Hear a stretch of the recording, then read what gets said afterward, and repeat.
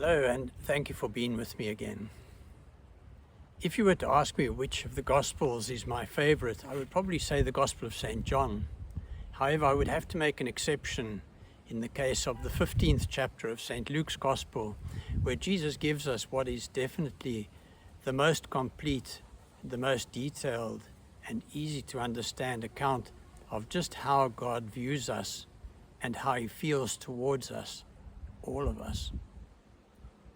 It begins with Jesus asking a rhetorical question about who, having 100 sheep and finding that one had got lost, would leave 99 in the wilderness and go and look for the lost sheep until they found them, and then celebrate with all his friends and family over the finding of this one sheep. And of course the expected answer would be no one. Who would leave 99 sheep in the wilderness while they went to look for the one that was lost? And this is just to show us just how important God is and how different He is in His reckoning of things, that He would leave the 99 and come looking for the lost sheep. He then goes on to talk about the lady with the coin in the house, also sweeping out, searching. But then comes to that most beautiful account that we like to call the account of the prodigal son. And there are so many facets to this account that I could make a very long talk about it, which is not what I do usually for you. However, there's a number of very interesting things that we miss sometimes when we read this account. The first would be that Jesus specifically places this young son in a position of asking his father for his inheritance while his father is still alive, which is very interesting. For one, it means that for him it would be the same whether his father was still alive or dead. He's ready to inherit, and that's it. But for another, it means that what he gets is not something that he earned. It's something that's given to him by his father.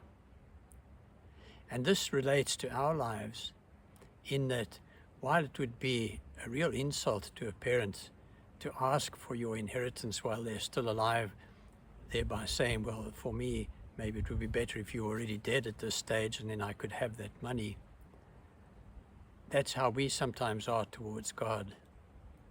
And while that young man had those means to go and live the way he did, only because of the gift of his father and not something he'd earned, we also don't earn our skills, our capacities, our gifts that we have in life. These are given to us by God, a free gift from Him. As we know, this young man sets out and wastes his money on a life living as he would like in a very hedonistic manner, and then eventually runs out of money and finds that he actually doesn't have any friends when he doesn't have money, and ends up feeding the pigs. Now, this is something that could escape a Christian in the Western world today, but of course for a Jew there could be nothing worse than looking after the pigs, because they considered pigs to be unclean animals. And so to have to look after the unclean animals was really the last straw for them. But this is where he ends up. And then there's a very interesting thing of when he decides to go home to his father's house, it's not for any lofty reason, not for any great thing on his part. He merely says, even the servants in my father's house are better off than I am here, and I'll go back to my father. And so he's going back to his father for his own good, not because of a great change of heart at that time. However, as he approaches home, we read that not only is his father pleased to see him, but he's watching and sees him coming along the road and rushes to him, and before the son can say anything, he embraces him and accepts him wholeheartedly back into the family. And this is what we're meant to see about God with us. Even if we return to Him, or we try to draw closer to Him for reasons that are not the most high, He's there ready to welcome us, happy to welcome us back, absolutely thrilled to have us back. There's then also the beautiful thing that we see. There isn't forgiveness in the way we understand forgiving someone and feeling very good about, well, I forgave you for that, so, more or less you owe me one, or else I might be very magnanimous and you don't actually owe me anything, but we both know that I did forgive you.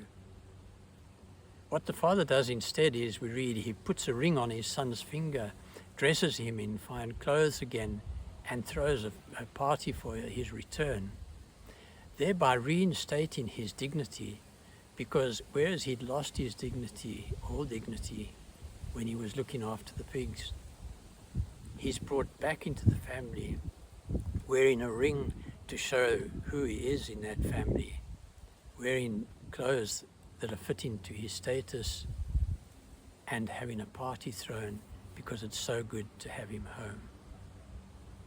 And this is how God feels about us. When we return to him, even if our motives are not that pure just at the time, he's thrilled to have us back. He embraces us.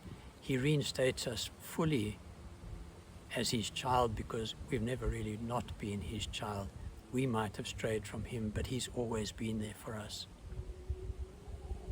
Then this brings us to the final and very telling part of the older son, who stayed at home all this time.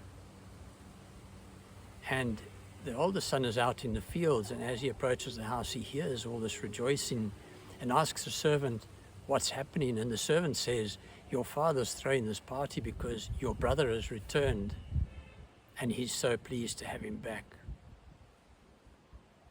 But the older brother is not so happy. He not only is annoyed by it, but when he speaks to his father, he calls him your son, not my brother. Now that this son of yours has returned after wasting everything, whereas I've stayed here and not disobeyed one command of yours, you never offered me so much as a sheep to have a party with my friends, but for him, you've killed the fattened sheep and have thrown this party.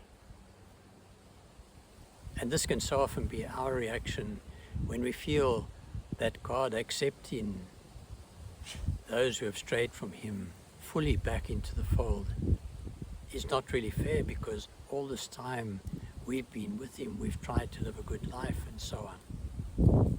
And what we're forgetting is that means that we think that we missed out on something by not living that sinful life, but that we gave that up in order to be good. And so we haven't even realized that actually living that way is not what makes for a good life. Living that way is what brings the sadness and the desolation that brought that brother back. And so if we have been close to God all the time, we've had the blessing of being close to him all the time. And that should be reward enough. However, the brother then excludes himself and refuses to enter and share in the joy of the family and friends. And so he excludes himself from being part of all of that. The father doesn't exclude him. The father goes out and says, come in. All that I have is yours. But it is right that we celebrate that your brother is back, because he was lost and has been found.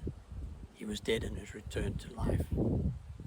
And this is what we're called to accept as Christians, that whoever returns to God is really a great event, and that we should be rejoicing with God that that person has found their way, because that is a great thing in the life of everybody when someone finds their way to God again. And so we find this great God who goes beyond anything we imagine. How anyone can read this account and still think of God as this angry God ready to punish us goes beyond anything we can understand. This is a God who loves as we have no idea how to love. And He loves you. And my prayer for you this week is that you will know this love of God for you, and you will enjoy being this child of God, growing ever closer to your Father, and that you will have the happiness that comes with that way of life. And may God bless you. Thank you.